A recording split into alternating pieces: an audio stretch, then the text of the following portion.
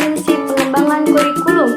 Ada 4 sumber yang menjadi acuan sebuah pengembangan kurikulum, yaitu yang pertama ada data empiris atau empirical data. Yang kedua, data eksperimen atau eksperimen data.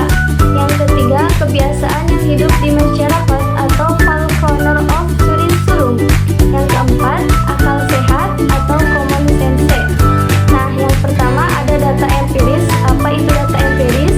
Adalah hasil pengamatan yang sudah dilakukan secara empiris atau menghasilkan informasi atau temuan yang kemudian disebut data empiris atau bukti empiris. Data empiris merupakan suatu sumber pengetahuan yang didapatkan dari proses melakukan observasi atau percobaan.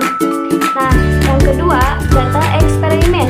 Apa itu data eksperimen? Dalam pengumpulan data, metode eksperimen merupakan suatu metode yang digunakan untuk penelitian mempunyai hubungan kausal atau sebab akibat dengan cara memanipulasi data.